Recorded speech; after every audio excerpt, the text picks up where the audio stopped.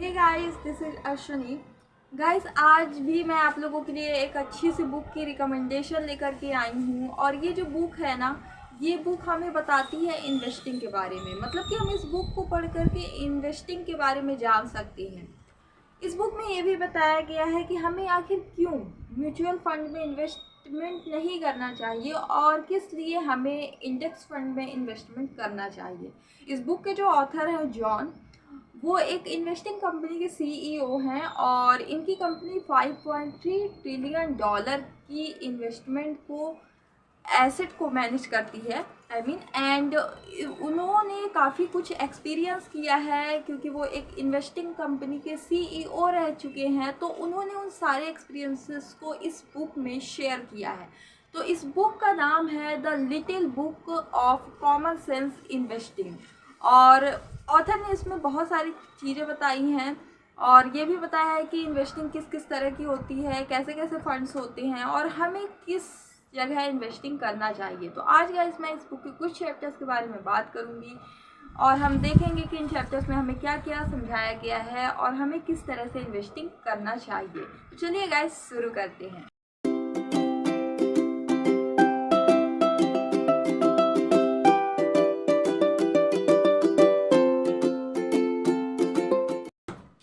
तो गाइस, जो first chapter है वो है don't allow a winners game to change into a losers game.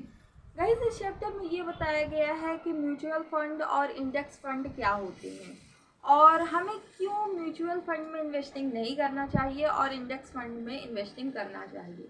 इस चैप्टर में कुछ मैथमेटिकल डाटा के थ्रू चीज़ों को बताने की कोशिश की गई है। तो सबसे पहले हम ये समझने की कोशिश करेंगे कि म्यूचुअल फंड और इंडेक्स फंड में क्या डिफरेंस होता है। तो म्यूचुअल फंड वो होता है जिसमें फंड मैनेजर कई लोगों से पैसा लेकर के अलग अलग कंपनियों में पैसा लगाता है और जो भी उसमें प्रॉफिट और लॉस होता है, जो भी लॉस प्रॉफिट हमको मिलता है, वो सभी को मिल करके बेयर करना पड़ता है। लेकिन अगर हम इंडेक्स फंड की बात करें तो इसमें पैसे कोई फंड मैनेजर नहीं लगाता है, बल्कि पैसे इस इंडेक्स फंड के रूल के अकॉर्डिंग ही लगाए जाते हैं जो कि पहले से ही बने होते हैं। तो इसमें रिस्क भी काफ़ी कम होता है क्योंकि इसमें फ़ंड मैनेजर को कमीशन नहीं देना पड़ता है। तो गाइस, जो सेकंड चैप्टर है इस बुक का वो ये है कि how most investors turn a winners game into a losers game. तो इस चैप्टर में ये बताया गया है कि म्यूचुअल फंड जो है वो हमें किस तरह से कम रिटर्न देता है इंडेक्स फंड की तुलना में, और इसमें रीज़न भी बताया गया है। तो क्या होता है कि जो म्यूचुअल फंड होता है उसमें अगर फंड मैनेजर पैसे इन्वेस्ट करता है इन्वेस्टर से ले करके, तो वो उस पैसे का पहले तो कमीशन लेता है क्योंकि फंड मैनेजर पैसे इन्वेस्ट करने का चार्ज करता है उसे सजेशन देने के लिए इन्वेस्टर्स को। और दूसरी चीज़ ये कि वो टाइम टाइम पर जो पैसे होते हैं उनको निकाल करके दूसरा शेयर खरीदता रहता है। जब फंड मैनेजर को ये लगता है कि कोई कंपनी अच्छा परफॉर्म नहीं कर पा रही है, तो वो उस टाइम पर उस पैसे से शेयर को बेच करके दूसरे शेयर को खरीदता है और वहाँ पर वो पैसे इन्वेस्ट करता है। तो यहाँ से भी काफ़ी कमी हो जाती है म्यूचुअल फंड से रिटर्न मिलने की। तो जिस वजह से म्यूचुअल फंड जो है वो इंडेक्स फंड की तुलना में कम रिटर्न देता है। तो गाइस, जो थर्ड चैप्टर है इस बुक का वो है selecting long term winners. John के अनुसार don't look for the needle by the hashtag. मतलब कि सुई मत ढूंढो बल्कि पूरी की पूरी घास ही खरीद लो। घास में सुई मत ढूंढो बल्कि पूरी की पूरी घास ही खरीद लो, उनका कहना ये है। जॉन ने एक आकलन लगाया पास्ट में जितने भी आंकड़े थे उसके मुताबिक कि म्यूचुअल फंड में 355 कंपनियां थी। उनमें से जो कुछ कंपनियां थीं वो तो बिजनेस के बाहर हो गई, कुछ के बिजनेस ही बंद हो गए, कुछ कंपनियों ने इंडेक्स फंड की बराबरी नहीं कर पाई, कुछ कंपनियों ने इंडेक्स फंड के बराबर काम किया और कुछ कंपनियों ने इंडेक्स फंड से ज़्यादा रिटर्न जो थी वो अपने इन्वेस्टर्स को दी भी।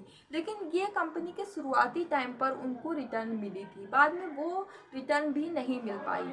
तो मतलब कहने का कि केवल 1% म्यूचुअल फंड में ऐसी कंपनियां थी जो कि इंडेक्स फंड को बीट कर पाई। और सबसे मेन चीज़ ये है कि इसमें फंड मैनेजर को भी नहीं पता रहता है मोस्टली कि कौन सी कंपनी अपना बेटर परफॉर्म कर पाएगी। तो सबसे ज़्यादा इसमें ऑथर इस चीज़ पर भी जोर देते हैं कि फ़ंड मैनेजर की कमीशन भी जुड़ी होती है अगर हम म्यूचुअल फ़ंड में इन्वेस्टमेंट करते हैं। इसकी जो एक्सपेंसेस रेशियो होती है वो 1 से लेकर के 2% तक की होती है। इसमें उनकी कमीशन जुड़ी होती है और हमारी एडवर्टाइजमेंट की भी कॉस्ट होती है। वहीं अगर हम इंडेक्स फ़ंड की कॉस्ट देखें तो उसमें 0.1% तक की ही सिर्फ कॉस्ट होती है और हमें किसी को भी कमीशन नहीं देना होता है। तो इसीलिए ऑथर के मुताबिक हमें इंडेक्स फंड में इन्वेस्टमेंट करना चाहिए, ये हमारे लिए ज़्यादा प्रॉफिटेबल हो सकता है। तो गाइस जो 4th चैप्टर है वो है Benjamin gram about index fund. तो इनके अनुसार किसी भी इन्वेस्टर्स के पास इतना वक्त नहीं होता है कि वो उस वक्त को निकाल करके बार बार इन्वेस्टिंग के बारे में पढ़े। नहीं होता इतना वक्त किसी भी इन्वेस्टर्स के पास। तो उनके हिसाब से हर इन्वेस्टर्स को डिफेंसिव पोर्टफोलियो में अपने पैसे को इन्वेस्ट करना चाहिए और उससे ही जो रिटर्न मिलती है उसमें ही सेटिस्फाई रहना चाहिए। इसमें पैसा डूबने का खतरा काफ़ी ज़्यादा कम होता है। इसमें जो पैसे होते हैं वो कम और ज़्यादा रिस्क वाले दोनों शेयर में लगे होते हैं, जिससे बहुत ही कम खतरा होता है पैसा डूबने का। और बार बार किसी भी जगह पर पैसे इन्वेस्ट करने से अच्छा है कि स्टॉक को बार बार खरीदते रहने से और बेचने से अच्छा है कि एक ही जगह पर एक ही अच्छा स्टॉक खरीदा जाए और वहाँ पर लंबे समय तक टिका जाए इनके अनुसार, जिससे हमें रिटर्न भी अच्छी मिल सकती है। तो गाइस ये थे the little book of common sense investing book के कुछ इम्पॉर्टेंट चैप्टर जो मैंने आप लोगों के साथ शेयर किए।